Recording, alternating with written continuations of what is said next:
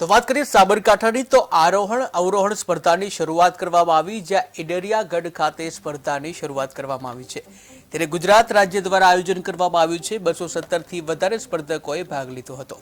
108ની team ઘટનાસ્થળે ઉપસ્થિત રાખવામાં આવી। ત્યારે પાયાની સુવિધા ન હોવાના પણ આક્ષેપ કરવામાં આવ્યા છે, જ્યાં અધિકારીએ પણ સુવિધા ન હોવાનું સ્વીકાર્યું।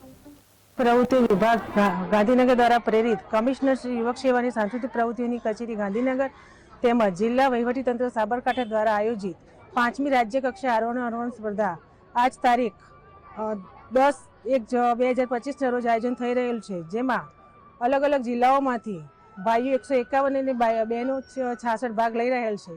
કુલ 217 ભાઈઓ બહેનો ભાગ લઈ રહ્યા છે, જેમાંથી 1 થી 10 ક્રમના જે વિનર થનાર ખેલાડીઓ છે, જેમની પહેલા ક્રમે વિનર થનાર ખેલાડી છે એને 25,000, 20,000, 15,000 એમ છેલ્લા ક્રમને 5,000 ઇનામ આપવામાં આવશે।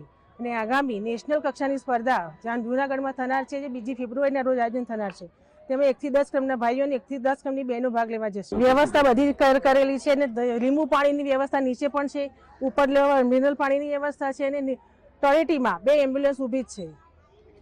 ક્રમની સ્પર્ધા છે અને 2019માં એની શરૂઆત થયેલી હતી। કે મહેમાનો જે ઇનામ વિતરણ કાર્યક્રમ છે એમાં હાજર રહેનાર છે। વિદ્યાર્થીની અહીં ઈડરિયાગઢ આરોહણ અવરોહણ સ્પર્ધામાં ભાગ લેવા ઉપસ્થિત છું। અત્રે સર્વે ઉપસ્થિત છે અને અહીંયા જો રાજ્ય કક્ષામાં જીતશે બધા તો એમને નેશનલમાં ગિરનાર જવા મળશે, પરંતુ અહીંયા વૈકલ્પિક જે સુવિધાઓ છે એ થોડી ઓછી જોવા મળે છે, તો નેક્સ્ટ ટાઈમ થોડી વધારે થાય એ માટે નાસ્તા હાઉસની છે, જેમ કે લીંબુ શરબત પાણીની છે, એ બધી થોડી ઓછી સુવિધાઓ છે, તો નેક્સ્ટ ટાઈમ થોડી વધારે કરે એવી સર્વેની માંગણી છે।